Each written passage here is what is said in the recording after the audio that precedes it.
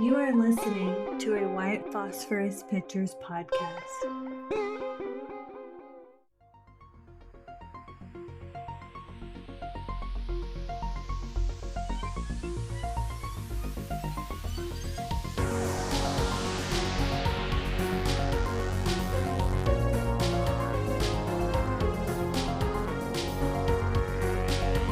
Broadcasting under the night sky from the edge of an undisclosed jungle on the Gulf of Mexico, I'm Christopher Garetano, your voice in the night. For the next hour, allow me to be your guide into the bizarre unknown, the fantastic macabre, and together we'll journey to that borderland between fiction and reality, a place beyond all rational explanation. We are now off to the witch.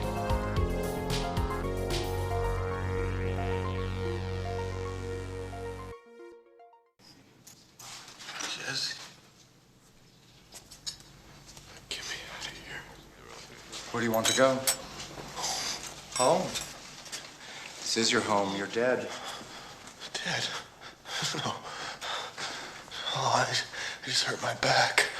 I'm not dead. What are you then? I don't know. This isn't happening. What is happening? Get me out of here. There is no out of here.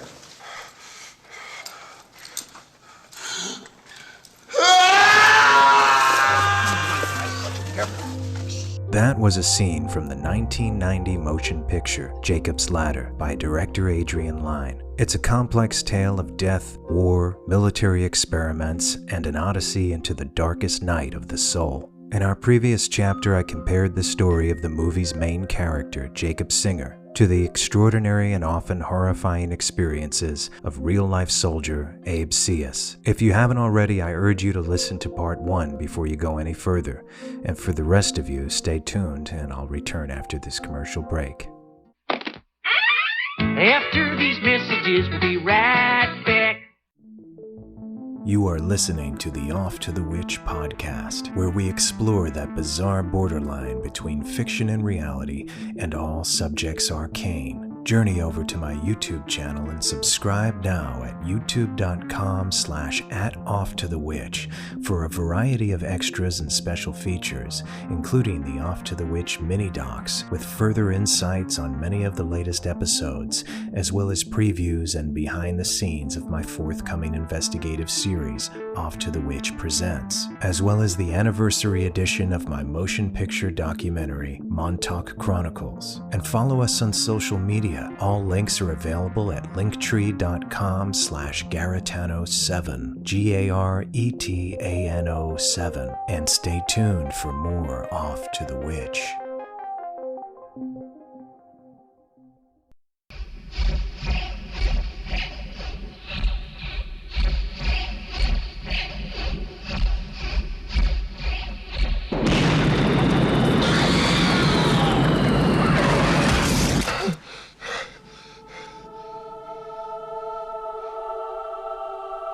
Every day, Jacob Singer goes to work. What's wrong? It's one of those days. And every day, he wonders what is happening to him. Maybe it's the pressure, Jake. They're like demons, Jess. They weren't human. What were they, Jake? Let me look at your hand. You have a very strange line. See, according to this, you're already dead.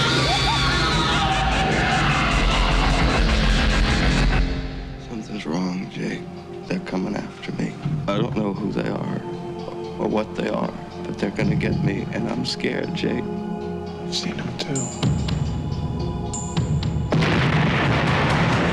Maybe the demons are real. It's running 106 feet. This is barbaric. I can get rid of the demons. Who are you? I can block the ladder. Where are you taking me? Where am I? Where do you want to go? Home. This is your home. You're dead. I'm not dead. What are you then? I'm alive.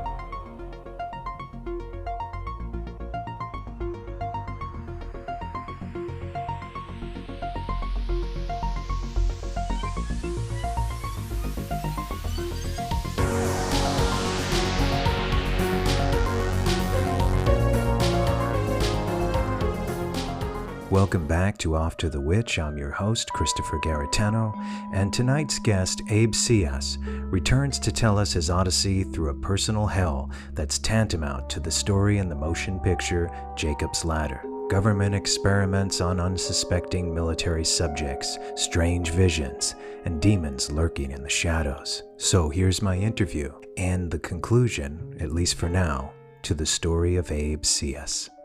I know we left off last time, like I said, what happened in the doctor's office, but you have you have volumes of things that happened after that.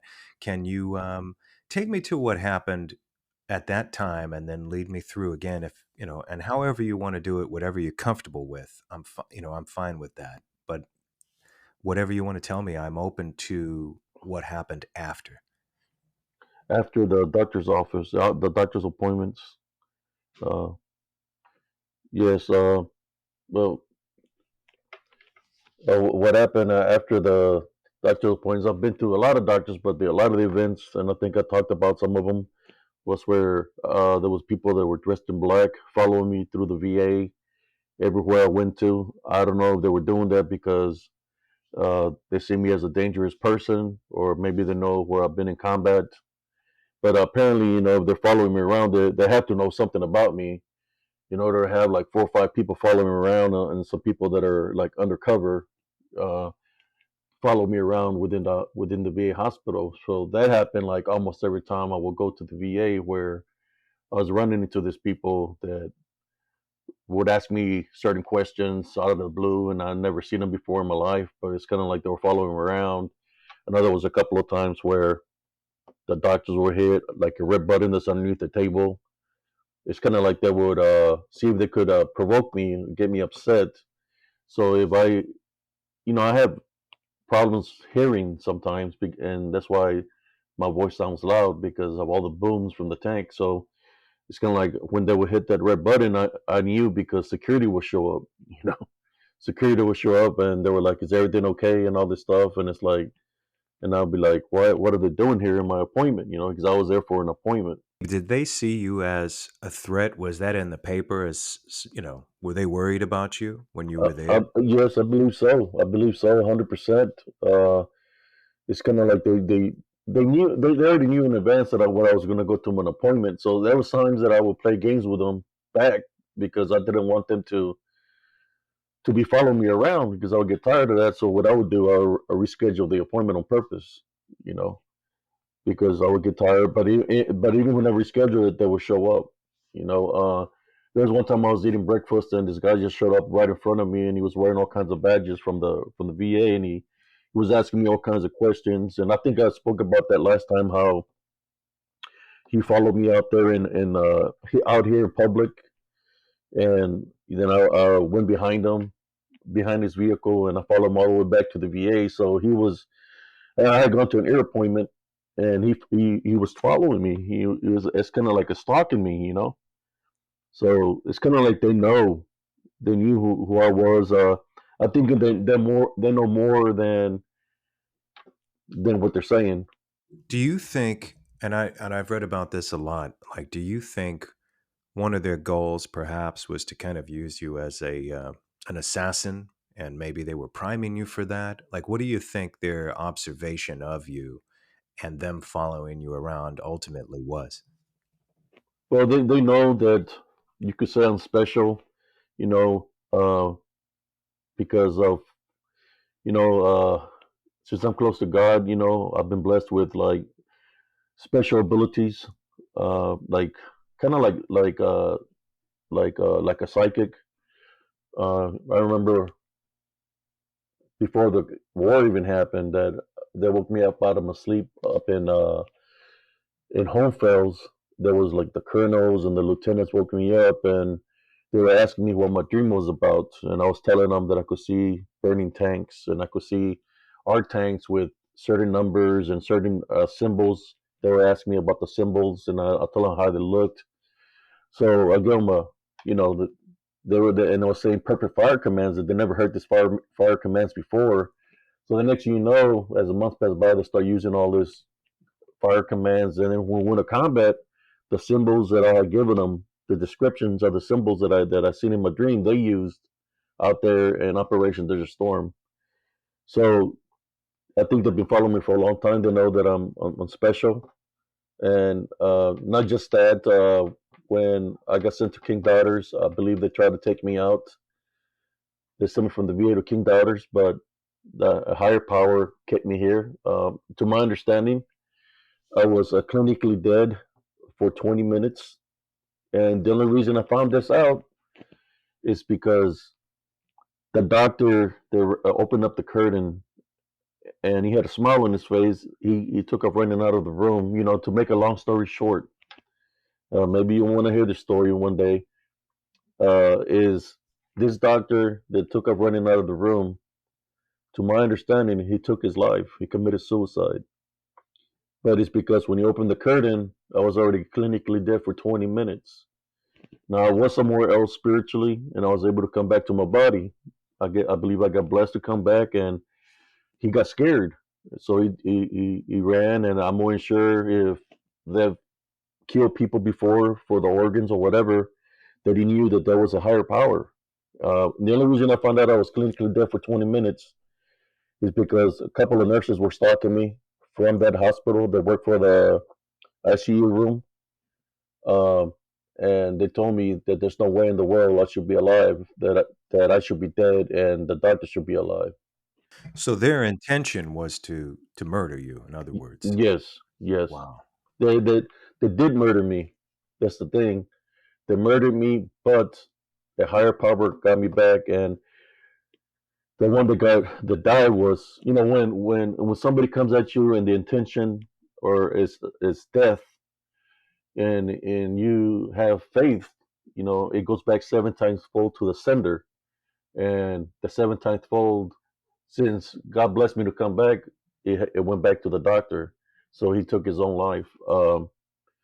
I had his brother moved he became my next door neighbor. I didn't even know he was his brother until later on. He revealed himself who he was, and he was blaming me for his brother's death. And I was like, how can you blame me? And I gave him the opportunity to say, okay, you blame me for your brother's death, in which he tried to take me out. So I'm going to give you the opportunity to avenge your brother. But at the same time, I got to avenge what they tried to do to me. Next thing you know, he packed his stuff up and left. I never seen him again. I believe there was a lot of things that happened there. How can you blame somebody that was in the ICU room with a blood clot in their left leg, right? And you're there because you're needing the medical assistance, but then you die, and God bless you to come back, and the doctor takes his life or commits suicide, and then they want to blame you for the doctor's death. How is that possible? It seems like there are so many different double crosses going on in this situation. And Yes. I want to hear more stories before I start asking more questions, because Yes. I want to get down to, after all this time, because you're probably the best person to assess this entire web of deceit and what their intentions were. But I want to be able the audience to hear more first. And so after that incident, um, was there ever a point where you felt you were being left alone? Because you were being followed, you were being watched and monitored for a reason or many reasons. What was the next major event that happened where you felt threatened? Because obviously you must have, throughout this time, felt very threatened.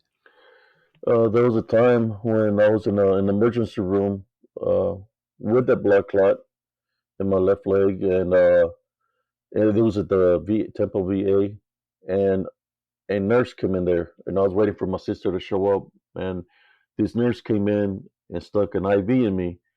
She tried to break the IV, the needle in my arm, and I was trying to prevent her from doing that.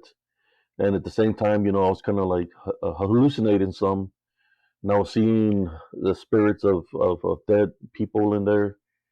And she was trying to break the needle in my arm, and I grabbed her from the wrist so she wouldn't break it. And she was trying, and then I see my sister, and I said, "My sister is here." When you hear about black widows, well, I believe she was a black widow nurse, and she was trying to break the needle in my arm. So I grabbed her from the wrist, and I was fighting her with the little bit of strength I had. And when I said my sister was here, she turned around and took off real fast. And I was telling my sister that the nurse was trying to break the needle in my arm. And she was looking, and I was trying to point to her where the nurse was, but she left the IC that the emergency room. So, including this nurse, Yes, this was another attempt to take kill me. you? Yes, Wow. sir. There's numerous events like that that happened to me. Like I told you last time, the guy there was a guy they let loose intentionally from, I guess, where the people that have serious problems. Supposedly he had escaped, right? That's what they try to tell me, but I know that he didn't escape. I believe they sent him my way to confront me. I believe they were using him to come up against me like a weapon. And he was a big guy, and he came up to me and stood right in front of my face. As a matter of fact, we were in the VA. It just happened in the pharmacy, in the lobby of the pharmacy, and he stood up right in my face, and he was just smiling, looking at me, and he put his hand in front of me, and I grabbed it from his hand, and he started squeezing real tight. I could feel the strength, but then I trained, so I zoned out and I ignored what he was trying to do. So I used my love foundation, and I told him, "Hey, this is what I told him: don't fall, don't let him use you this way. You're better than this." I told him escape, and he let go, and he walked away from me real fast. When he walked away from me real fast, next thing you know, not even 30 seconds, there's like 6, 7 security guards there looking for this guy, and they asked me, "Did did you see where this guy went to?" And I didn't say nothing to him because I knew that they put him up to it. But this guy, he left. I believe he escaped. He escaped the facility. They were using him to come up against me. He was a big guy, African American, but I wasn't afraid of him. But I used my love foundations to tell him escape. Don't let them use you this way. I knew that he was being used. And the thing is, for anybody, and I don't think much of my audience doubts this at all, but for anybody that does outside of that, you need to do a little research because there is quite a history of militaries, not only in the US, but around the world, using soldiers for everything from assassins to manipulating them for the purpose of a variety of warfare, one way or another. And yes, there were psychic experiments and all kinds of things. So this, Abe's experience is something to truly consider. And he has tons of details. Now, I've heard stories from people that wanted to get in on a bandwagon, and this isn't the guy. This is somebody who really experienced something. You can hear the difference. And, this is a real dark odyssey you've been on, Abe. Yes, I'll give you an example. When I first was one of the first times that I was there, like in 2004, 2005, waiting for my appointment in the lobby of the VA, I see a soldier, or should I say, a veteran, walk into the restroom, and he never comes out. So I'm sitting there waiting for my appointment. Next thing you know, you see janitors with like 4 buckets go into the restroom to put a thing out there. I found out that the veteran that walked in there took his life, shot himself inside the restroom. After that happened, they tried to keep it a secret, but I knew that had happened because I was there.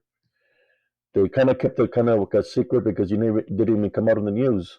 Uh, but I knew that had happened, and when that happened, it's kind of like they changed the appearance of that section. They made some elevators there, and they changed the appearance of the restroom and everything. They redid everything. But I witnessed that when the soldier came in there and took his life. Luckily, he didn't come in there and try to take anybody else's life. Do you feel that a lot of these gentlemen, especially guys who were in the military, that have gone into places to shoot people, have been manipulated to do so? Yes, I believe these programs that the government has afterwards, like the PTSD programs, and other programs that they have in place is actually to manipulate the individuals with the medicines that they give them to take. That's part of the manipulation, or should I say, the brainwashing to make them think a certain way. A lot of those meds that they give them are suicidal. The side effects is suicide. So yes, there's a lot of manipulation there. Uh, so many veterans that are we've lost due to that kind of manipulation, and they'll cover it up, sweep it underneath the rug real quick, and especially all the people that died in the hospitals under the VA care or wherever they send them to that are affiliated with the VA, that their mission is to take out the soldiers because we are expendable. We're expendable in the military and we're replaceable. So they really don't care about the veterans' welfare afterwards. They would rather see us. I know when I would go to appointments, they always tell me, "You're still alive. You're still here." And I was like, I don't say nothing to them, but I already know what their end goal is try to eliminate as many people as possible. What I mean by that is veterans. When do you think this evil force, because this is just pure evil and deception, took hold of the military, or was it always that way? I believe it's always been this way. Um, I've had people before me that my godfathers that were in World War I, World War II. They would always tell me never give up, and also they would always tell me never trust nobody. So they was telling me never give up and don't trust nobody. That's one of the reasons I joined the military. But then when I joined, I noticed the deception. When they say we're all the same because we're in the same uniform, that's not correct. Everybody's got everybody's got their own background. Everybody's got their own uprising, and there's a lot of racism within the military, which I believe they use that to camouflage what they do. You know, they want to put focus on everything else besides what the government does.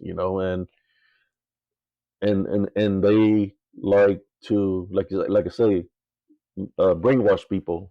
They try to brainwash me when I was in basic training. That didn't work. They would get mad because they couldn't. I heard I've been through a lot, and I would train since I was around 15, 16 years old. I would train my senses spiritually. Go train before I joined the military, so I could see what they were trying to do. I didn't let them. I figure I know they tried to train you to be a soldier, but at the same time, you got to follow your own instincts, right? You can't give somebody the full control to have full manipulation, full control over you. That if they tell you to jump, you're gonna jump just because they say that. So I never gave them that full manipulation control that way. I still have my own way of thinking, and I react to what I think is right for me. And I think that was the difference between me and a lot of the soldiers that were there. Uh, they tried to install fear using the fear tactics, but I didn't. I wasn't afraid. I knew that I just had to survive basic in order for me to go to my duty station and stuff like that. But even then, I knew this how it was. There was a lot of mind control, manipulation. I believe that's what how the military is. That's why you hear all these things happening after people get out of the military. Um, but they try to train us to be a a soldier that's going to follow orders and to be a soldier of combat. Especially like the MOS I was in. I was a M1. I was a 19 kilo, 19 kilo one, 19 kilo two Abrams tankers. So if they call somebody, there's a ground war, they'll call us first because we're in the tank. So we'll be out there with the infantry, but we're trained to, you could say, to kill. Well, I guess the general thing they put in front of you, obviously, is what we all know, is that they train the military to defend the country in war. But there is a lot more to it. And I wonder, what would you say to somebody who's aspiring to be a soldier or a Marine or in any other branch, even military intelligence, and they're unaware of some of the deception that's within. If you were to have a conversation with them now, what would you explain? No, I've had conversations with some soldiers like that that come from wars, and they're in the, I call it the lock mode, in which their mentality is still in combat. So I've run into people that came back from the new Iraq War.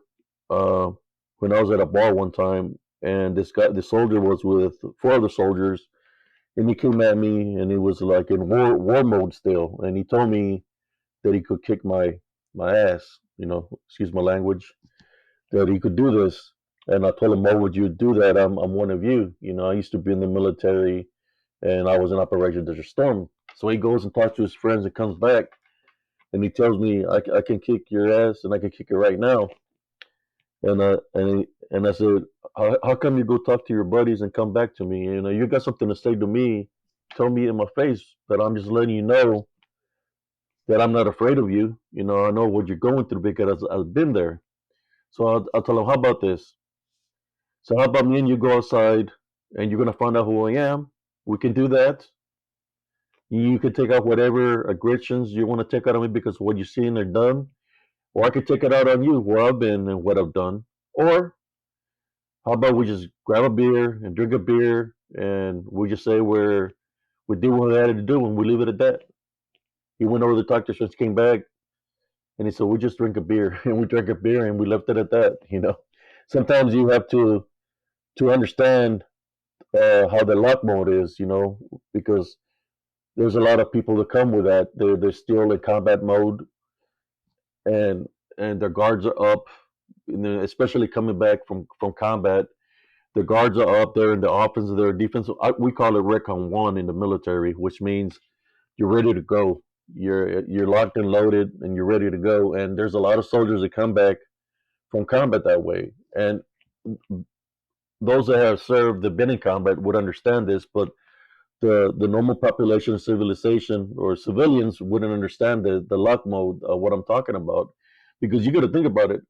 A lot of the soldiers that go and come back, they still got to be on that because they can be called at any given time to go back out there in a combat environment. So they have to be they're literally a Recon 1 all the time. It happens to me also when I feel threatened or I feel there's a situation that's arising, like what happens to the VA.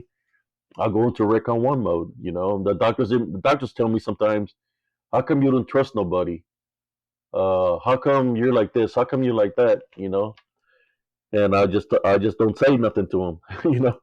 But when they tell me that, it's because I question everything. When you've been through what I've been through in the VA, there's no trust there. The trust issue is out of the window because they literally try to take you out. So there's no trust at all. But for those that are serving, I would say train to what they teach you to train, but at the same time, don't be gullible and do what's right for you. I know sometimes you'll be stuck in situations where you have to follow orders, but do the right thing. Do what's right for you. I understand if you're in a combat environment, you got to do what you got to do. You got to, whatever you train, you become first in nature. But there's going to be a time when you're not going to be in a combat environment. I say to you, try to find some inner peace within you, because if you stay in Recon 1 too long, that's where the manipulation happens, and it can affect you for the rest of your lives, because Recon 1 is literally a spiritual opening for negativity to spiritually attack you. Because when you're Recon mode, what is Recon mode is, it means you're ready to kill. When you're placed in a combat environment, so you're in Recon 1 mode all the time, where that's also a spiritual opening for other forces to attack you, because you're leaving your foundation open. And that's what happens. From a spiritual standpoint, what do you think is truly happening behind the curtain? Because outright, obviously, there's a lot of deception, and there are a variety of manipulations going on for different reasons for power. Yes. Yeah, there's a lot of demonic forces behind this, brother. And like I said, I believe I shared the story where the chaplain, they said he was a chaplain. He wasn't a chaplain, but he knew my grandfather. I believe that was demonic. Uh, and they're there. All these demonic forces are there within the government because the opening, the spiritual opening is there. Because the way we train, when you train for offense and defense, and it's to survive, when it's about survival, it's about you got to do what you got to do. And when you're placed in a combat situation, you have to destroy the targets, whether it's a vehicle or a person, right? So the spiritual opening is there because what you're trained to do is not to. I mean, sometimes people surrender, but if they don't surrender, you gotta either you gotta take their lives or they're gonna take your life. So if you want to live, you have to do what you got to do. But there is this, that's a spiritual opening. I believe many soldiers are being attacked. For example, those that are overseas in the Muslim world, they're being attacked by the djinn out there. That they're coming back to the states with the djinn. You know, I call it disembodied demonic Nephilim. Uh, but they get attached to them. You know, and they come to the states acting different. They're not acting like their normal selves. You know, some people, some soldiers, they act different because they had to take a life. So, but there's some that haven't taken a life, but they get affected by the djinn, in which they come. It's kind of like a bondage or a possession in which they're different. The characteristic is different because it's within them.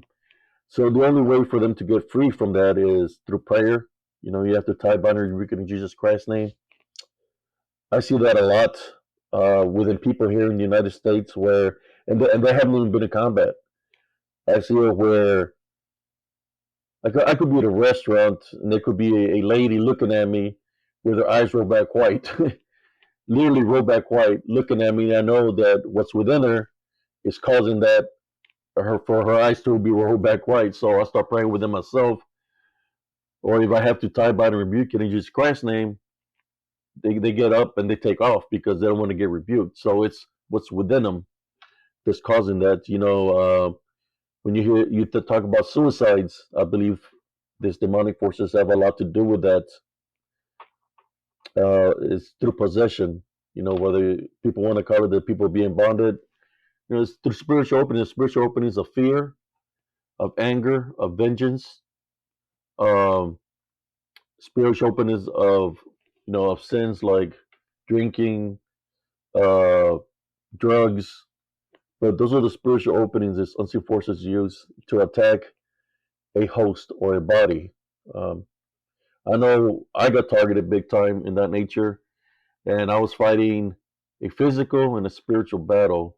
But I had the openings because of where I've been, what I had to do. But yes, it's very confusing when you're trying to find an answer and you're being targeted from all angles. You know, it's kind of like if you think one thing, I can understand just by being targeted by the VA or by the government is one thing, but imagine being targeted by the government, by which is something physical, and the people that are working for the government, and then you're getting targeted also by the spiritual aspect of it. You're being targeted by demons because the openings is there because you're getting attacked in a physical way or mental way because they're coming at you in a negative way. So the opening is there for the spiritual side to come and attack also. So that's why I always talk about you have to maintain a love foundation.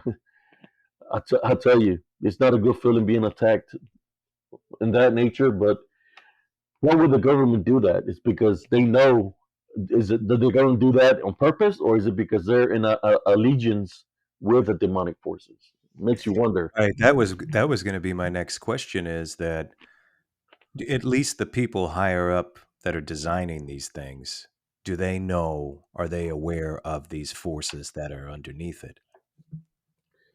I believe 100% they do, brother. I believe that 100% that they do know about these forces. They're in cahoots.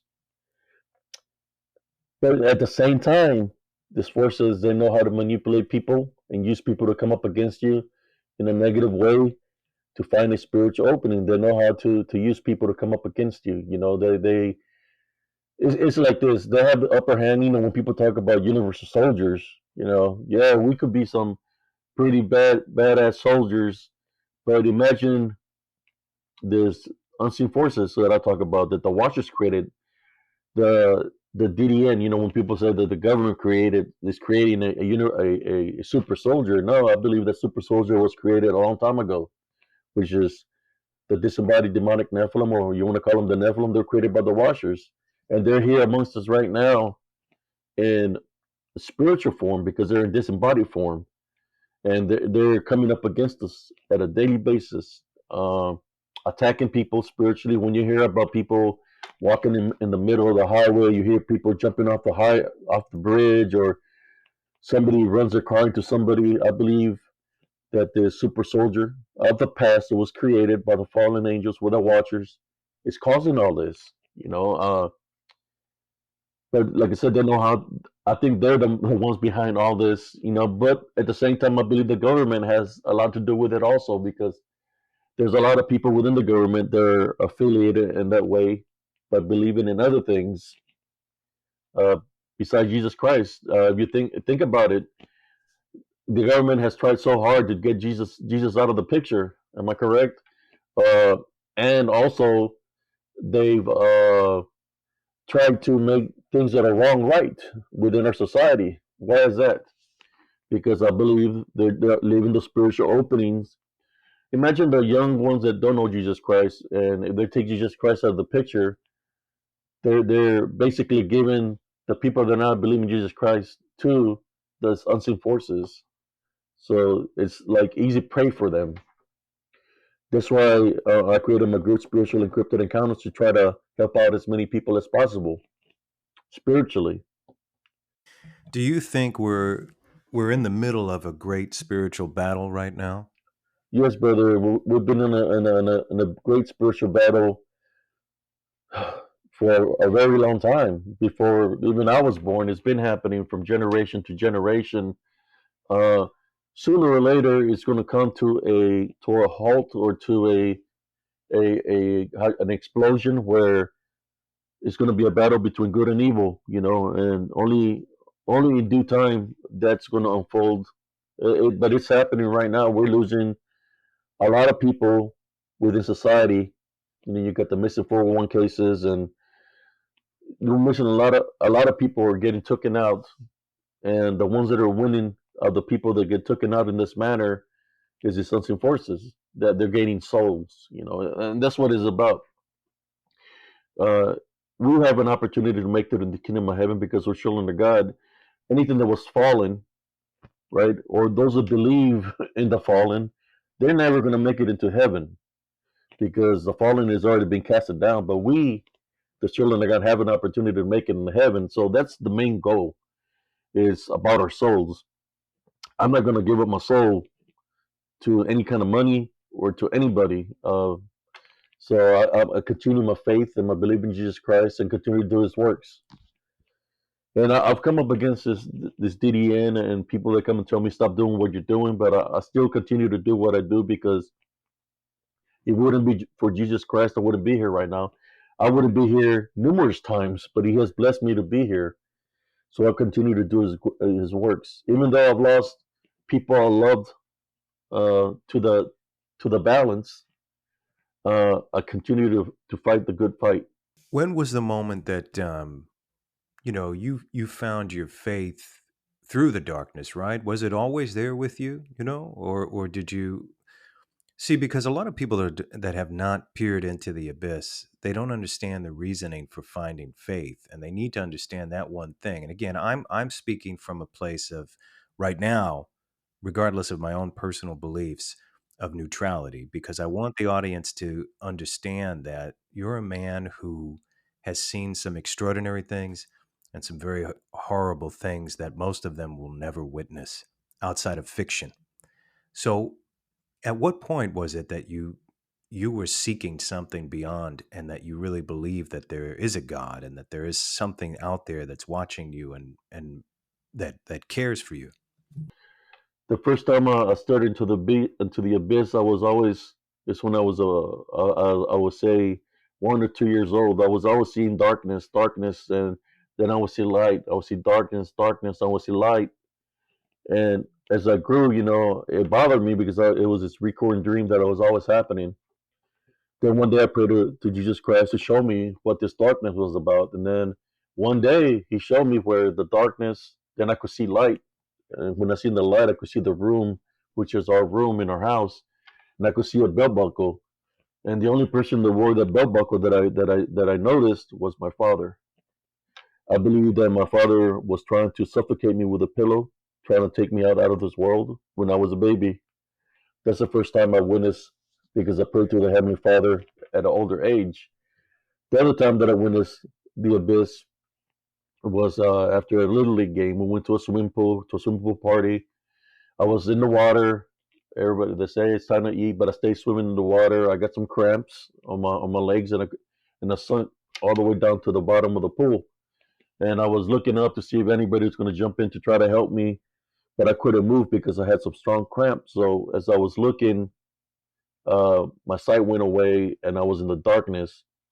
In the darkness, I was getting pulled to the left and to the right. I could see this shadow figures pulling me from left to right, that like they were trying to take me. So I was staying strong in the middle of the path that I was in. So then I prayed to Jesus Christ, and I said, I love my brothers and sisters. Please give me a second chance. And when I said that, I could see a light. When I could see a light, the shadow figures or shadow beings, they let me go. And next thing you know, I feel like something pushed me from underneath. And all I remember is I still couldn't see my vision. I couldn't see nothing. I could feel air on the tip of my fingers. And I made the motion of going inwards, swinging my arms inwards, and I grabbed somebody's neck, and this person pulled me out of the water. And what was weird is this person was the only person that jumped in the pool. That day, his mom didn't like him eating anywhere. So he got in the water and he was swimming on his back, doing the backstroke. When I grabbed him from the neck, I believe Jesus Christ placed him there to help me out of the situation, because that's how strong he is. And he pulled me out of the safety. He didn't know what was going on. He thought I was trying to drown him, but he actually saved my life. That's when I knew, and made my faith even stronger, that I knew Jesus Christ existed. And it's amazing too, because this is people for millennia that throughout centuries have felt this and believe this and have this deep faith.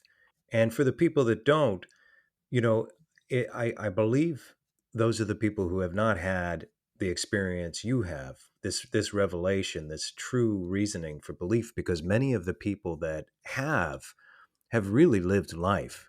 They've gone through some dark stuff, some crazy stuff, and it brought them here. It's something, even as an intellectual, you should consider, even if you're an atheist or whatever, that you should at the very least, consider all of the credible people throughout history that have had this experience. And it is something to consider for a thinking person.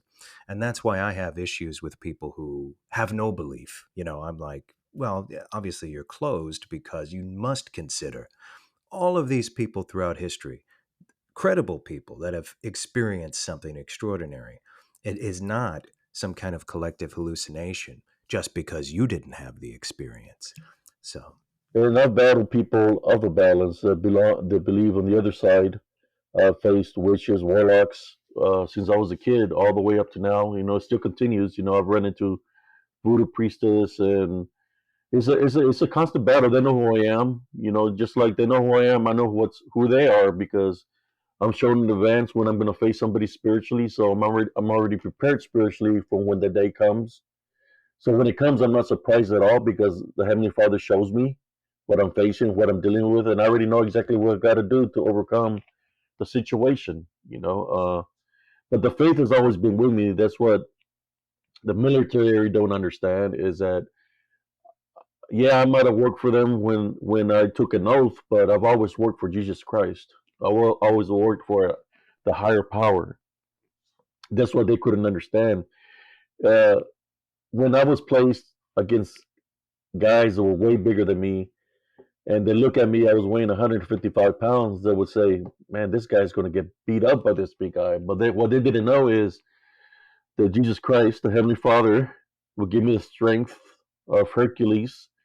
He will give me the speed of a cheetah, in which, and he controls time. So I had all that into my advantage, in which by the time you know it, the person that's coming up against me in a negative way has already been defeated in a matter of seconds.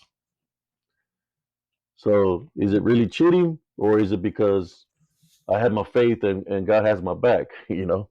Now, this raises some questions for me that I want to ask Yes. what your opinion is. Now, we're coming into a new age, really interesting, scary, terrifying, bizarre, basically fiction becoming real, and it's that borderline between fiction and reality that I talk about at the intro of the show. So I think many living people right now, and will live to see it because it's happening quickly, is that immortality is on the horizon in a way. You might be able to live 300 years. You might be able to regress your cells. Harvard scientists are talking about it right now. It is imminent. It's here. It's happening. They did it with mice and probably have already had human trials. Augment cyborgs, changing your perspective. Basically, the Matrix becoming real. What is your perspective on all of that stuff? The perspective on that for me is this: as I maintain my faith, I know that if I make it into the kingdom of heaven, because the flesh is the flesh and it's just temporarily, sooner or later that's going to go. But it's how we build our spirit that matters, especially if we use the love foundation and we forgive. Our spirit continues to live because it becomes everlasting when we make it into the kingdom of heaven. And, scientists can create whatever they want to create, but the ultimate creator is, of course, we all know who created who created God. He controls everything. So it's not about what scientists can think they can create to go against God because they think that they're greater than God. God is God is the one that has the final say so, about what's going to happen and what's not going to happen. That's what I've witnessed, especially when I faced some of these people that witches, warlocks that come up in a negative way, wishing death upon me. They're not here. Just like the doctor, you think about doctor, that's kind of like a scientist. Am I correct? Because Oh yeah, they're doing like with medical. He came at me in a negative way, and that individual is gone because the Heavenly Father is my protector, my avenger. So it doesn't matter what the scientists think they can do, or when somebody uses the fear factor, like for example, the coronavirus, the fear factor. So these unseen forces that are around waiting to infiltrate and attack somebody. So people get scared, and what happens? They get infiltrated by these unseen forces that are here of the balance of the yang, and they get spiritually attacked. And some people died, and then imagine if they try to take me out. Imagine how many people got taken out during the coronavirus in the hospitals. They got taken intentionally out by the hospitals, like black widows or whatever you want to call them, because that's what their job was to do, to depopulate the population. That was a goal, and they accomplished that. The same goal that China was doing. I knew people that lived in that town where supposedly the coronavirus had to break out. The reason I knew people from there is because I would buy minerals from individuals that were in that area, that lived in that town, and they will tell me, don't believe what the media is saying. Don't believe about the coronavirus. Just know that here we live, our government has been taking out our people for a very long time, and this is what they do. They want to give the shots to people to take them out. That's what I was told by a person who lived in the town where the coronavirus supposedly broke out. I believe that 100%. I was in Hong Kong in 2013. First time I ever saw people walking around with masks. Within 3 days, I was deathly ill, and I was told it was just because of the air pollution. But I had never had anything like that before. They had to get a doctor for me and everything. And looking back in hindsight, there are a lot of clues that lead up to this was a major deception. It was done on purpose, Oh and yes. it originated there. 100%. They've probably been doing it to their own people for years. And whatever I had back then was probably one of those strains for sure. And a lot of this has been predicted in science fiction well before it ever happened. If you go back to, what was it, 1818, a 19-year-old Mary Shelley wrote a book called Frankenstein. Well, Yes. that technology was not available back then in any way. So what I believe is that all of these science fiction writers, going way back to that era and even before, are all modern prophets. And if you look through science fiction or horror, whatever you want to call it, throughout the ages, you can see a roadmap to what is forthcoming for the most part. And a lot of it isn't that good. They're all warnings. Do you believe that a lot of these were kind of put in the minds of those writers as prophets to warn us? Well, I'm not gonna say as prophets, but I'll say as uh, like I said, sometimes people see things, and sometimes certain things are placed in people to create something in that nature. But if you got to think about it, it has to do with horror. What's the opening there? What's the ultimate goal? The fear factor. What uses the fear factor to the best of its abilities? Demonic forces.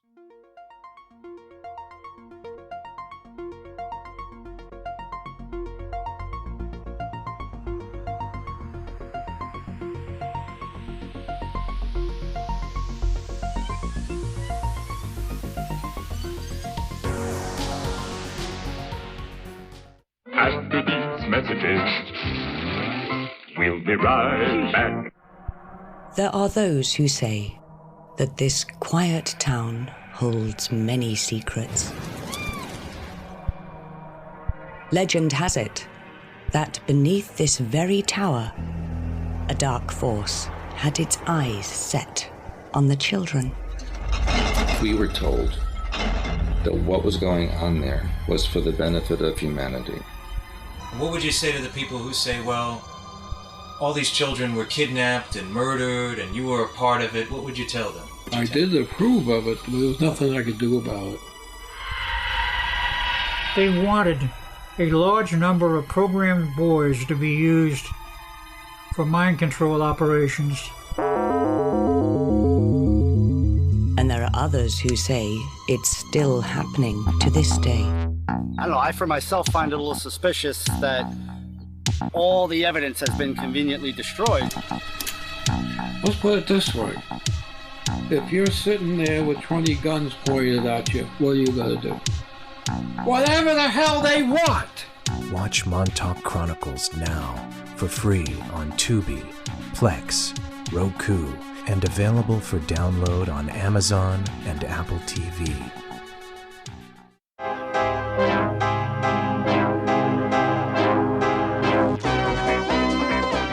This series presents information based in part on theory and conjecture. The producer's purpose is to suggest some possible explanations, but not necessarily the only ones, to the mysteries we will examine.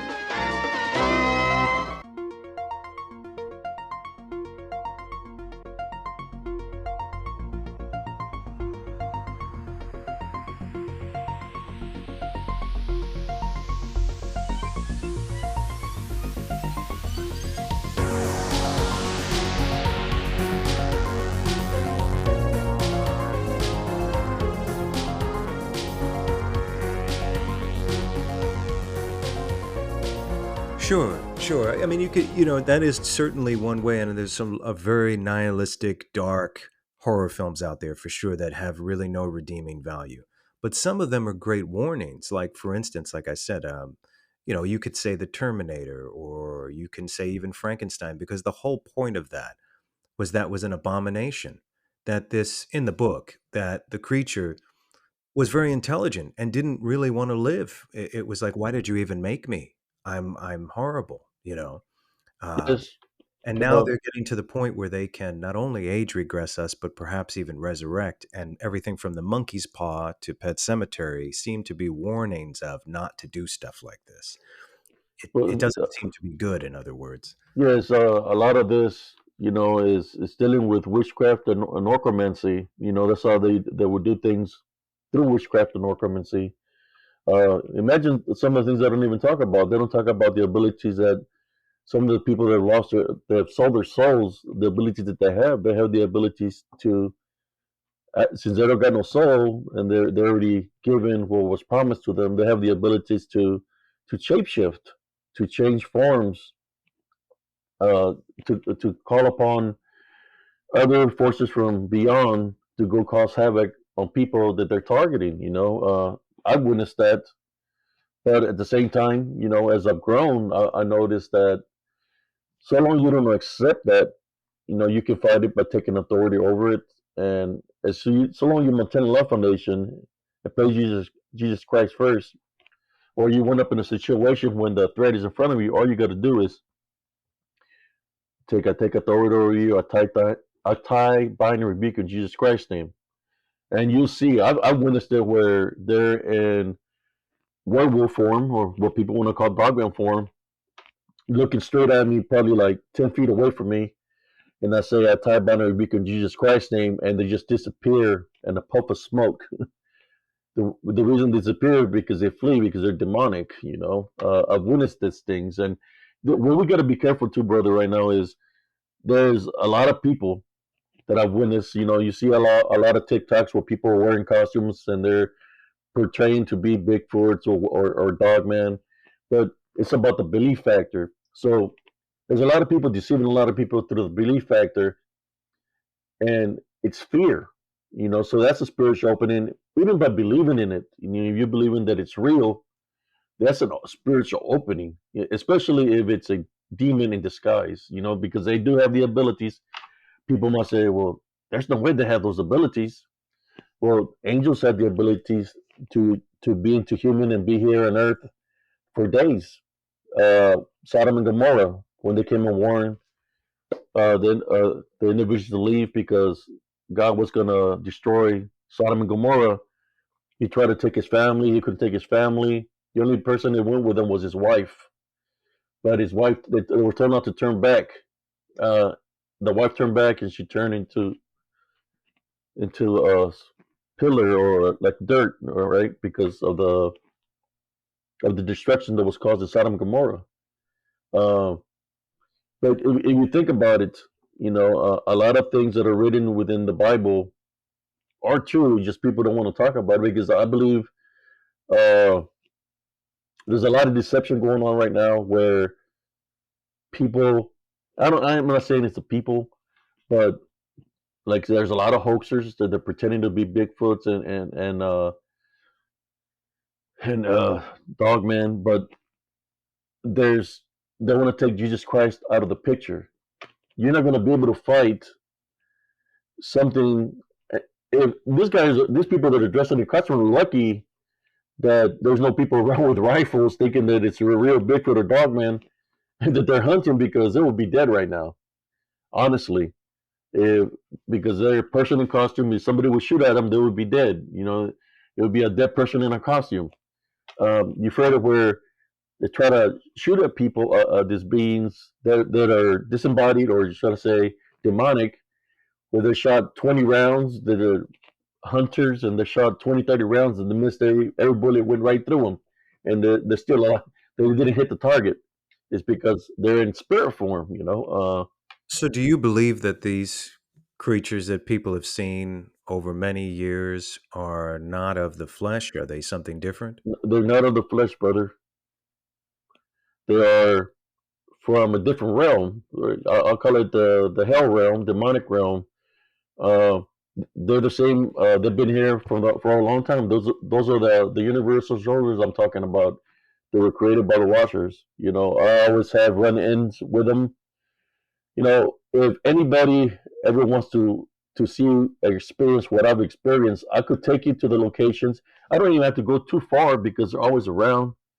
But I just don't want nobody to get hurt spiritually. So in order for me to take somebody, I would have to see how the person is as a spiritual person, because if they have spiritual openings, I've taken people to certain locations and they've gotten attacked spiritually, in which they get the energy drain, and I have to literally carry them out of the woods because they got spiritually attacked. And I don't want to cause no harm to nobody. That's why I make the videos. I figure I'll go into the areas, I'll get the evidence that I need, the spiritual evidence, so people could see that what's out there, so they can see if I could awaken them spiritually.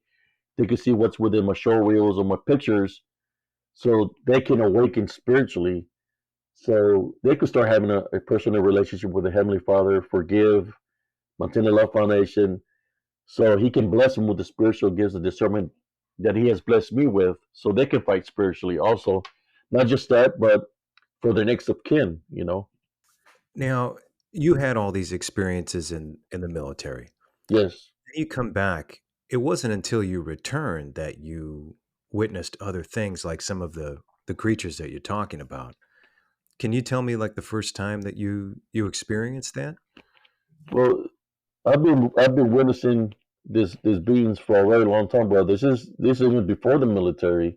Spiritually, I've always been spiritual.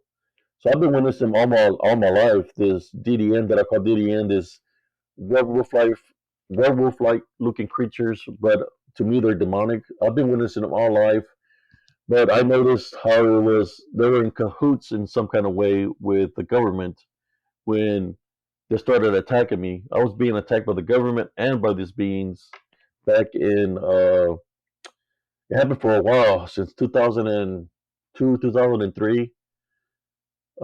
It's been happening for a very long time. I've been fighting spiritually against both of them. You know, when you have to pray, and I can't have anger in my heart. That's the thing. So every time I experience something negative from the VA, I have to say, I forgive you, or I type and rebuke whatever's trying to cause that, because I can't leave a spiritual opening for myself to get spiritually attacked. So sometimes when people come at you in a negative way, you just have to ignore it or deflect it, not allow it to affect your mind or your heart. That's what I would say to anybody.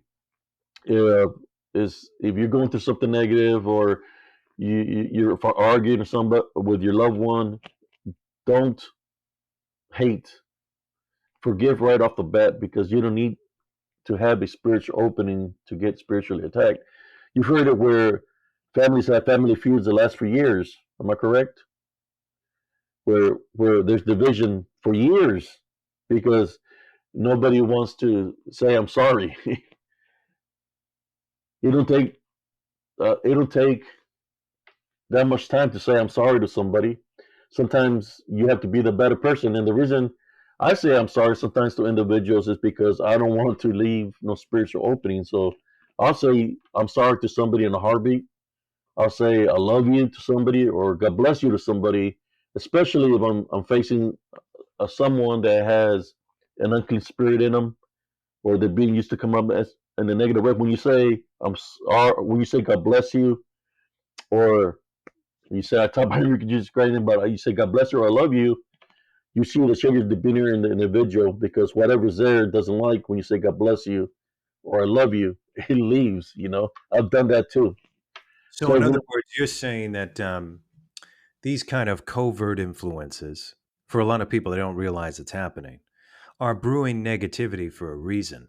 They want to pit us against each other. They want you to think bad. They want you to complain. They want vengeance on the mind at all times, anger, Recon one, jealousy, right, murder, stupidity, all of these things that work against us. Lying. You see that lying, making false claims. You got a lot of stolen valor out there.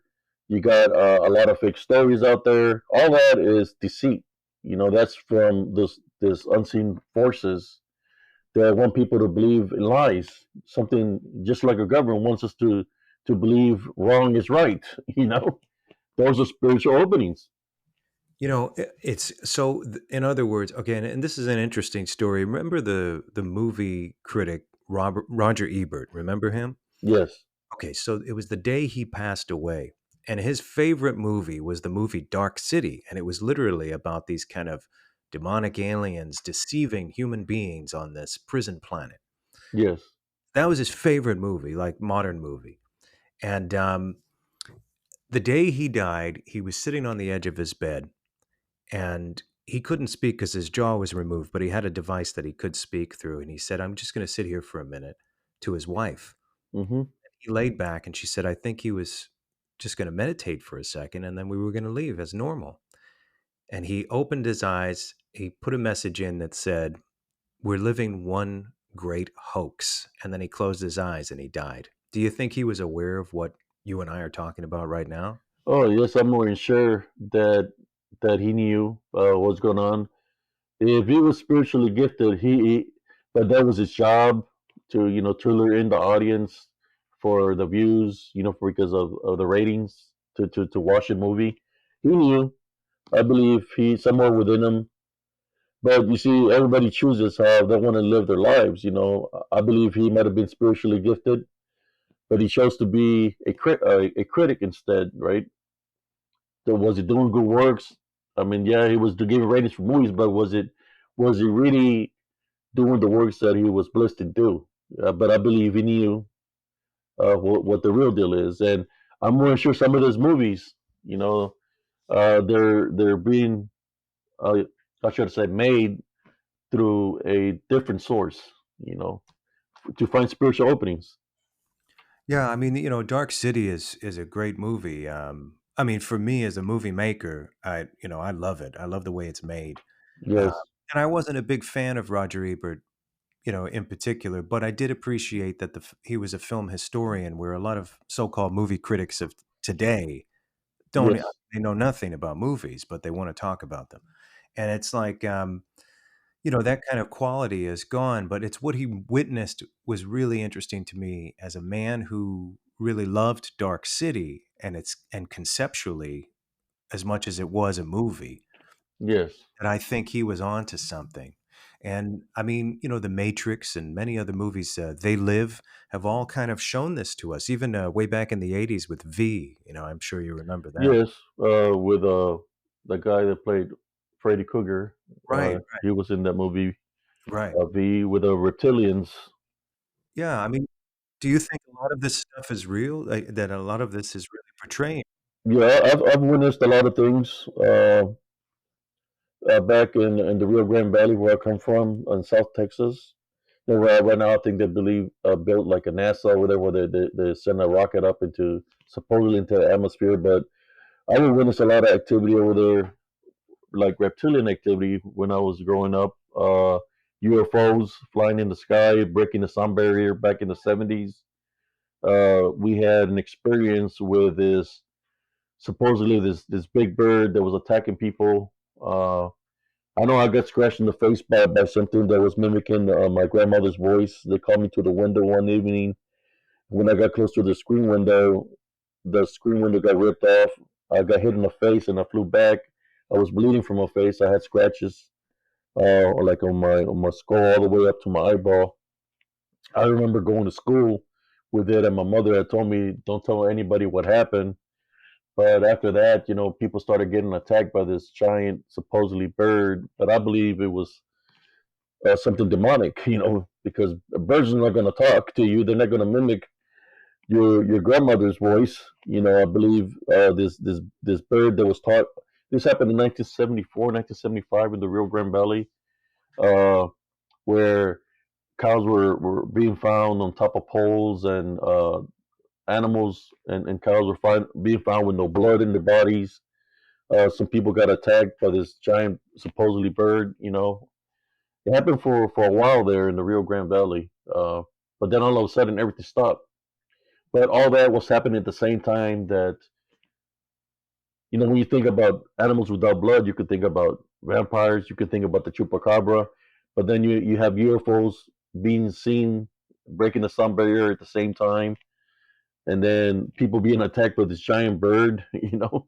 It's kind of like, did a portal open? Was there a test by the government that something in the nature happened, or was it something that was out of the demonic realm, that they have so many abilities, to maybe able to make people see something so they can believe in it. But it happened in the 70s. I witnessed that in South Texas. But yeah, I believe the reptilians that I witnessed was man, it happened when my grandmother passed away. I remember the doors open in the funeral home, and it's kind of like time was being controlled by whatever came in the door, and everybody that was in the funeral home was frozen, like they couldn't move, like time stopped. And I turned my head, and I was able to see two tall figures with black robes with hoods, and there was one in the middle that was crawling on the floor, moving like a snake. It went up to my grandmother's coffin, and they were saying something in a different language. And then when they left, they went backwards. And as soon as it went backwards and the doors closed, everything came back to normal. So yes, I believe that there could have been reptilians, or there could have been something demonic. I was at that time, I was like around 10, 11 years old when I witnessed this, and I told my mom, "What was that? Did you see what happened?" And she didn't know what I was talking about. Then the same thing happened at church when the father was giving her last rites and stuff like that up there. Before we take her to the burial ground, the same thing happened. The doors of the church opened, and the same entities came in. They went up there. They were saying something. They walked backwards, and the door shut. When the door shut, everything went back to full motion. So what was that? That controls time. That can make everybody freeze and not move, but they're able to move within that. They have the ability to move within the time gap when there's no time. That's what the only thing that is kind of like a time warp, where there's no time, you're not moving, so there's really no time ticking, but they're able to move within that. Imagine that they're able to move, control time, but move within time. And then that's really interesting because again, that's a concept that was in Dark City and many other movies, and that's what I'm saying. Is the truth in our collective unconscious, and we utilize or we speak to each other because we see snippets of it in our imagination. Is it possible that we're picking up on the truth and we are now illustrating it as movies and story? Yeah, I believe so. I believe your people hear like your podcast or they hear my story and say, "Hey, that sounds like a good movie, like to be a good movie. Let's make it into a movie." They hear our experiences or encounters, and it becomes a movie all of a sudden. I believe that's what's happened. When you hear about who was the Warrens, of their experiences when they're doing exorcisms and stuff like that.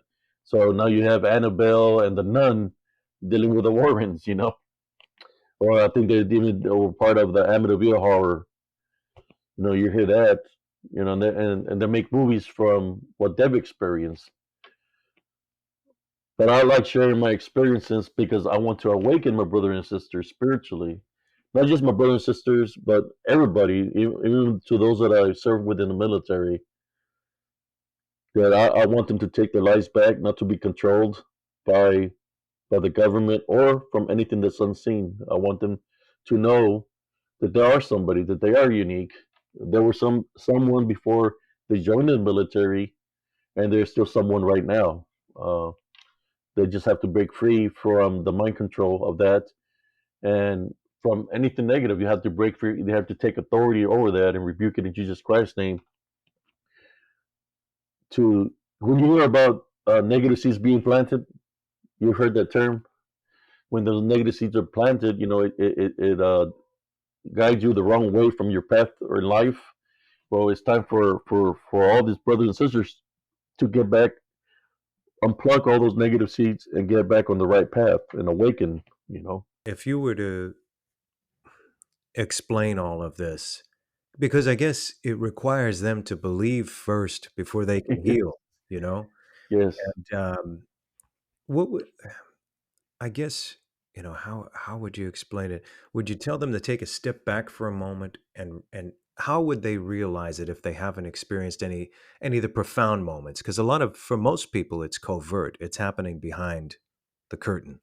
For anyone that hasn't really experienced those profound moments that inspired your revelation, what would you tell them to do?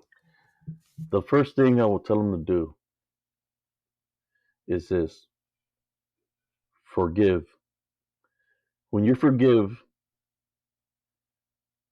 there's no hatred. You have unforgiveness. There's no unforgiveness. So, in the spiritual aspect, when you forgive, that's part of love.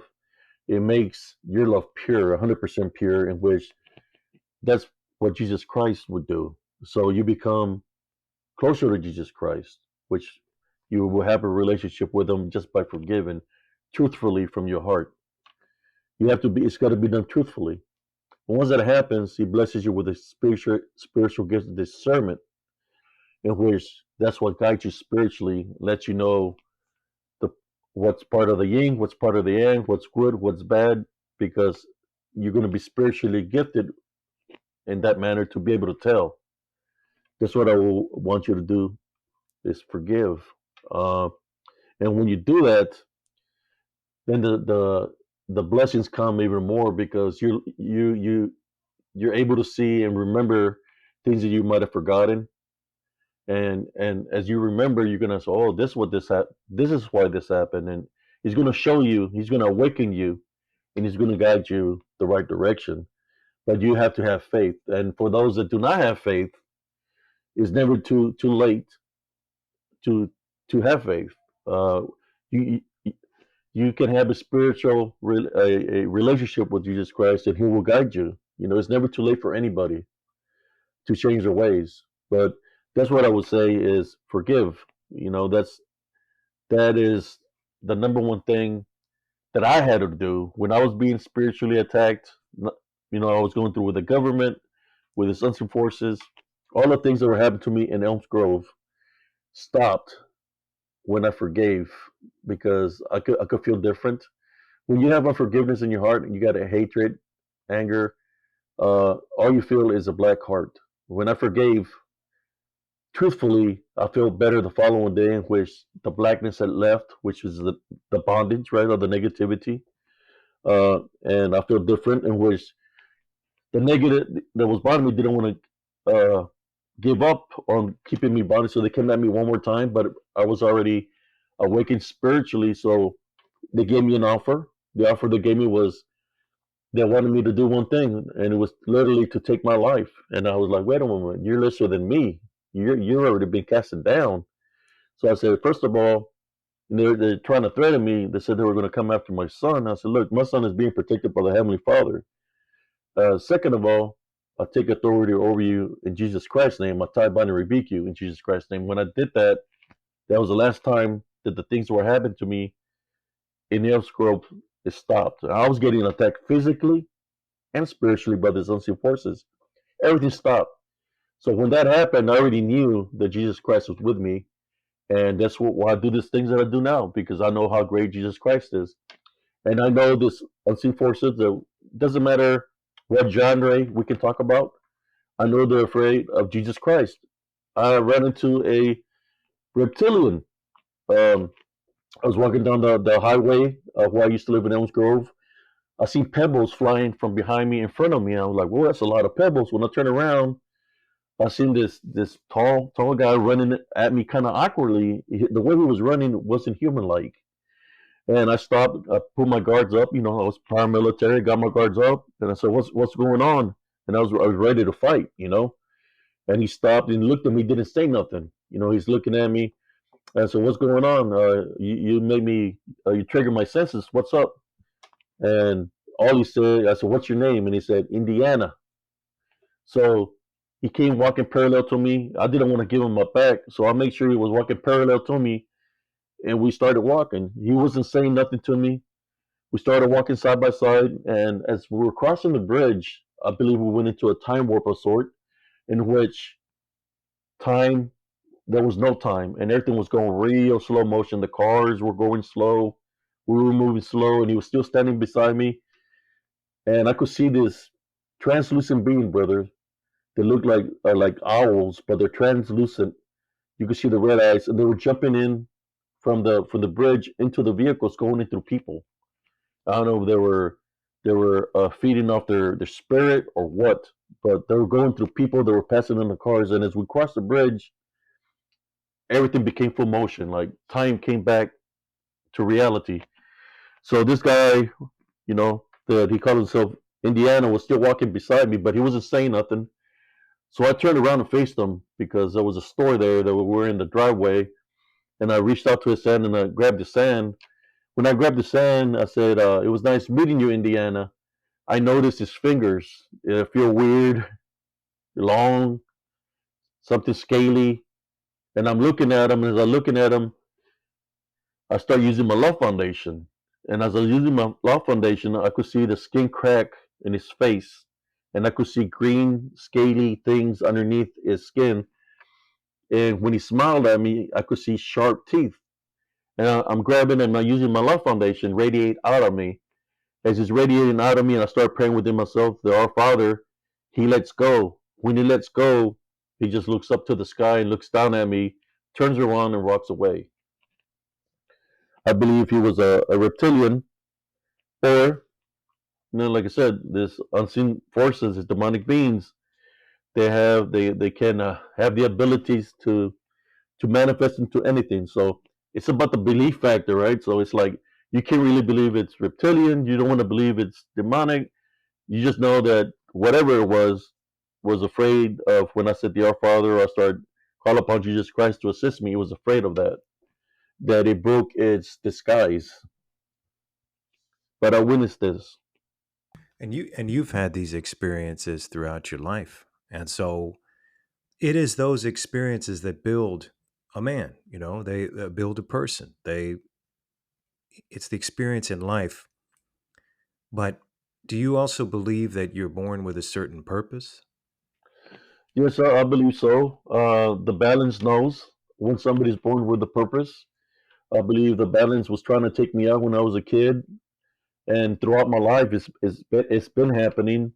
But I know at the same time, God has protected me. The angels have protected me, and they continue to protect me. I'm here for a reason, and the reason that I'm being used is to try to awaken my brothers and sisters spiritually.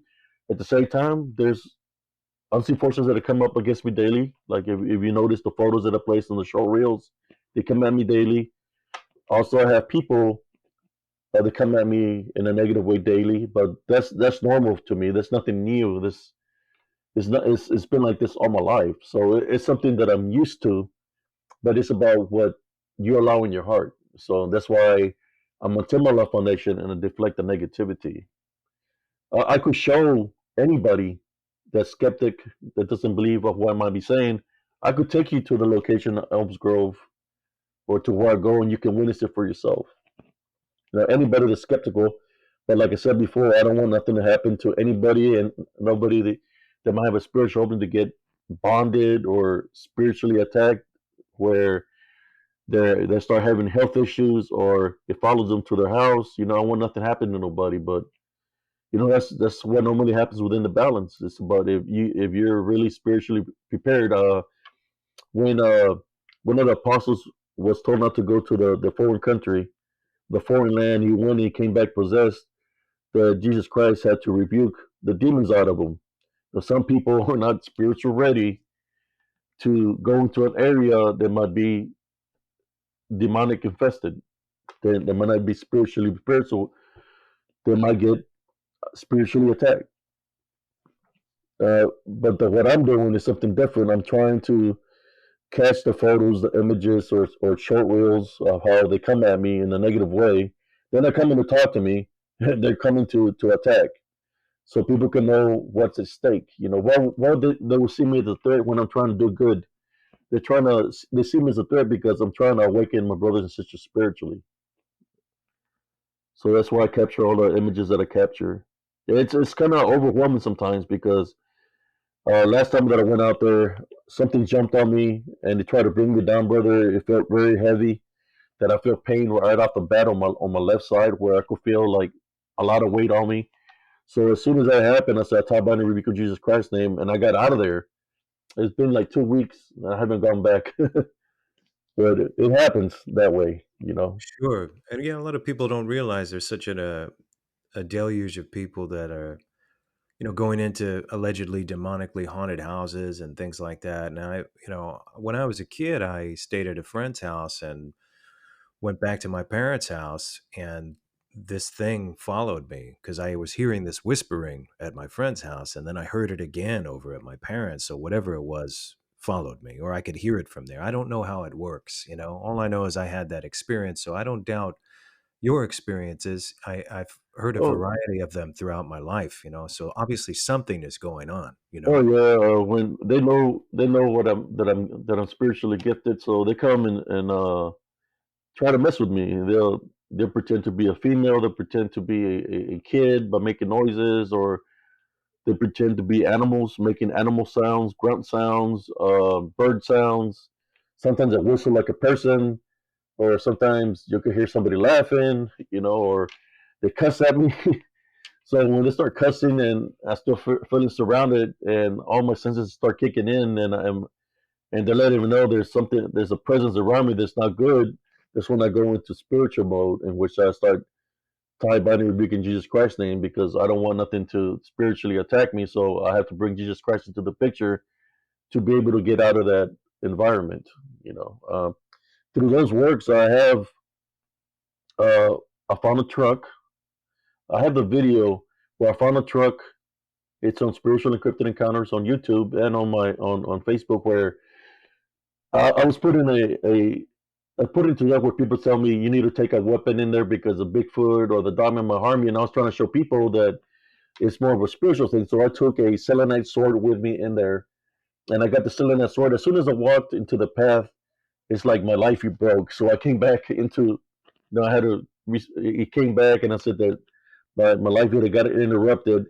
So I walked in there with the selenite sword, and I felt engulfed right off the bat, like something was trying to prevent me from moving on forward. So I said, I'm going to go in there with no fear. I know Jesus Christ with me. So I kept on walking, and that's where I encountered a truck. I went up to the truck. It was a green truck. The windows were down. I could see a wallet in there and the keys in the ignition.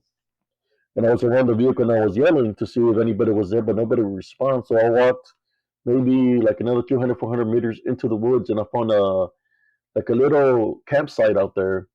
And there was a tarp, and I was looking around, and I was asking, is anybody out there? But nobody would say nothing. So when I was walking out, people that were viewing the video were like, hey, man, I see something there. You need to get out of there. You need to get out of there. Tell me to get out of there because of seeing things. So, I didn't, I left the fear factor out because I was feeling overwhelmed. So I prayed within myself. So I got to walk out of there, and I went to the parking lot. So I'm in the parking lot. So I called the Temple Police Department. I called the police department. I told them that there's a truck in the woods that I will wait there for them. I waited for about 2 hours and never showed up. So I went to my house, and then they called me and asked me if I could give them the coordinates to where this truck was. So I gave them the coordinates. The weekend passes by, and on Monday morning, they said that a body was located of a person that was missing for 2.5 months. A person that had been missing for 2.5 months, and this person that was missing for 2.5 months was found there in that location because that was his truck. Till this day, I believe I got placed there spiritually so this person could be found. But to this day, I don't know what the cause of death was. But I'm just glad that his body was found, that he was able to be placed in holy ground, so his soul could rest. But yes, I've always, I believe the Heavenly Father placed me there to find this individual so he can be placed in holy ground. Wow. I mean, there's so many experiences. Obviously you have your own. Yeah, I have the video and everything. Maybe I might make a shorter version of it where I run into the truck so people could see. Then I have pictures of the guy, when he was missing, pictures of when they were still looking for him, then when they located his body, and then they have a picture of when they had his funeral. And on my video, I got the truck on the missing person where he was missing. He's got his truck with his license plate number, and I have a screenshot of my video where it's got the same license plate number as the missing person's truck. Wow, Abe, I'd like to have you back again, because what I want to do is I really appreciate this. Every episode with you has been fantastic, and I have another. I think I have another concept I'd like to cover in another episode, if that's okay with you. Oh, brother, I'm here, brother. You know, I really appreciate you inviting me, having you, giving me the time. I could feel something spiritually within you when I seen you there. You know, what I didn't get to talk about was at the VA when they sent me into that big old MRI room. That's like a big magnet. They have two of those buildings outside the VA. They sent me in there and to do a test, and I've never been into one of these big MRI things. It was huge, and this was something different. Uh, they were making loud sounds, and the lights were flickering. I didn't know what they were trying to do. So I'm in there, and I could feel as if my spirit left my body, but then I was able to come back in my body, and they were seeing this because I could see them. So next thing you know, they're telling me, "Are you okay? Are you okay?" And I come out, and they told me I got up real slow, and I was telling them that it felt like my spirit left my body, and I came back into my body, and they're just looking at me. They're just looking at me, and they told me to take my time. But what they were actually doing with this device was they were trying to trigger a seizure, and I didn't know that they were trying to trigger a seizure, which I believe they did. But the question about that is, why would my spirit leave my body to come back into my body? What were they really trying to do? Wow, that's something that I don't understand. What were they trying to trigger a seizure? When I'm already on medicines for epilepsy, why were they trying to trigger a seizure? Were they trying to see if I had a seizure, or were they trying to see if I could have a serious seizure that's going to kill me?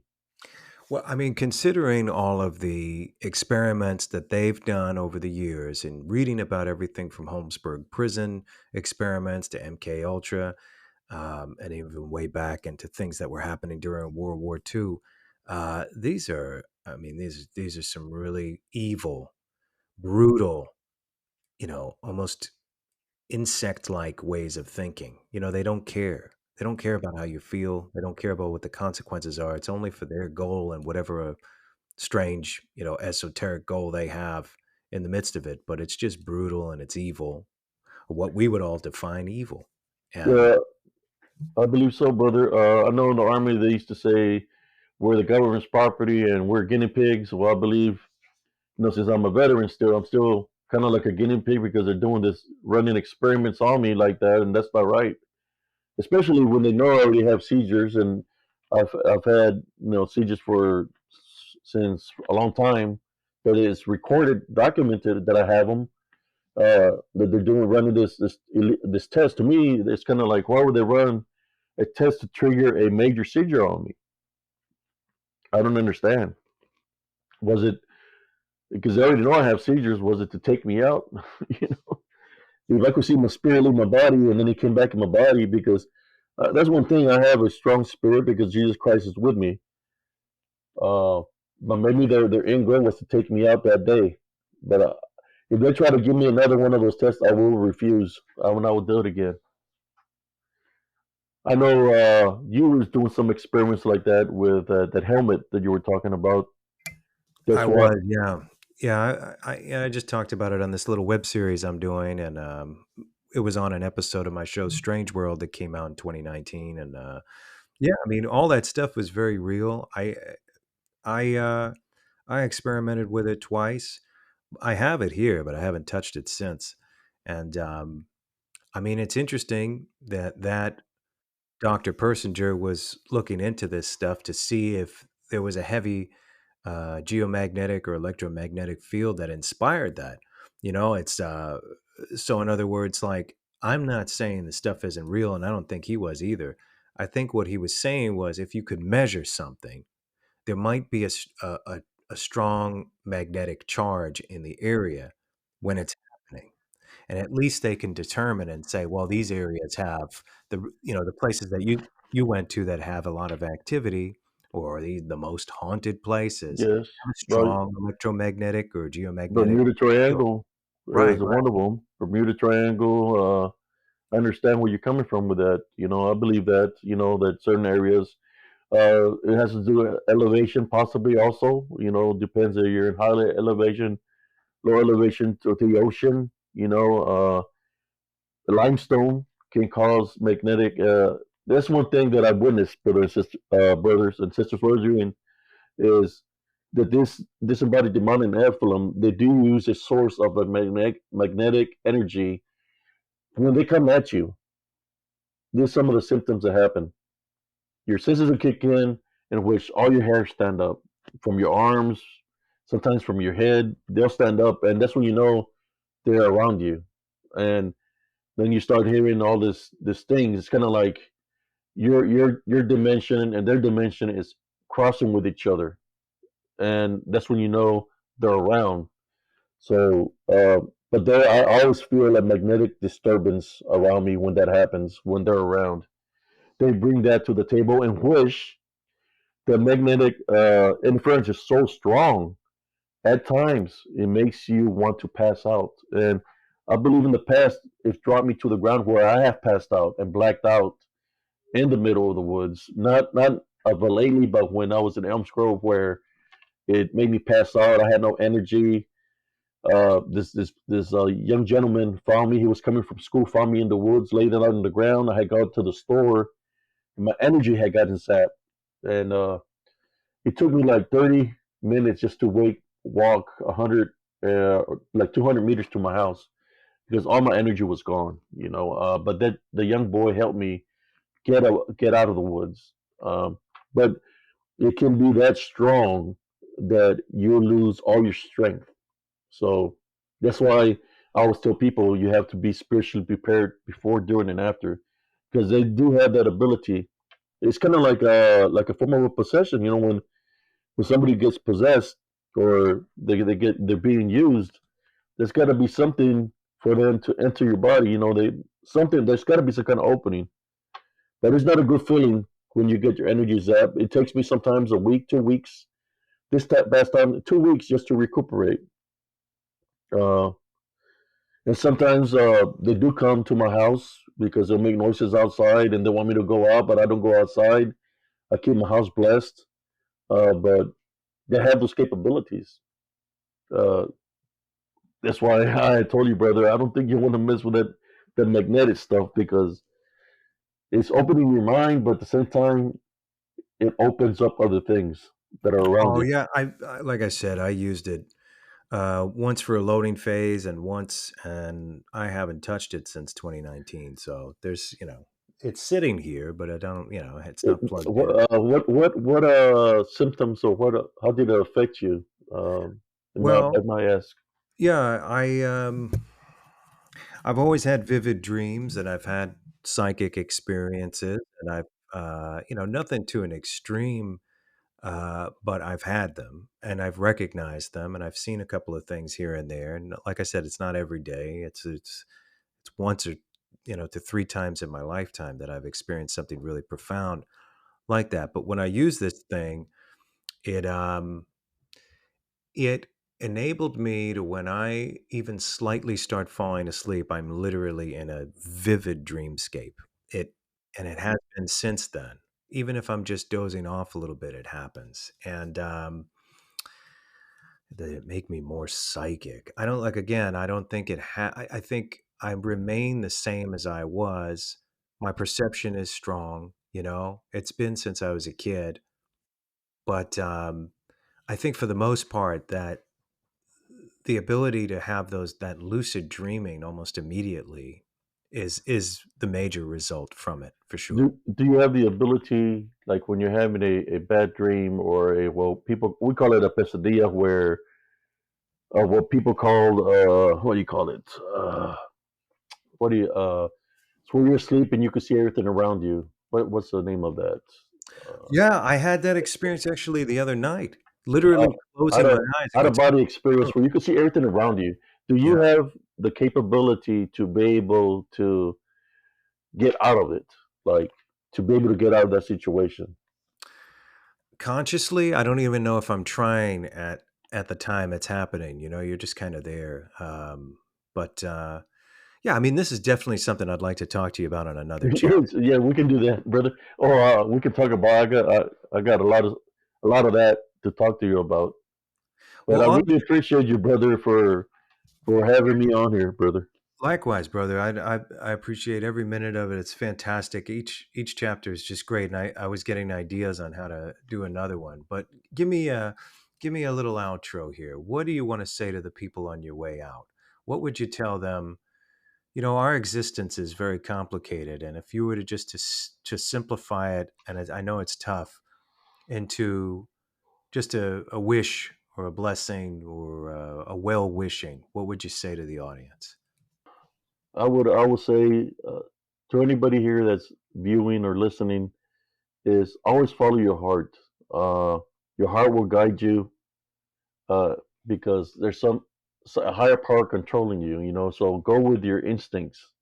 When you have a love foundation, it becomes that stronger. That instinct becomes that stronger, where Jesus Christ intervenes and helps you out through situations that might not be understandable because people might not believe what you're going through, but he understands. So he's going to guide you how to get out of the situation. That's where you get your wisdom and knowledge from. And of course, if you wind up in a situation and you're alone, just remember you're never alone because he's with you. And if it gets to the point that you feel danger around you of the unseen, right? You could always call upon him and you can say, I bind and rebuke you in Jesus Christ's name. When you say that to whatever is coming at you spiritually, you're going to see the quick effect of that, because when you're saying it out of true faith and true belief, then you're going to awaken spiritually. But number one, always maintain a love foundation and forgive brothers and sisters, because it will make your love foundation that stronger.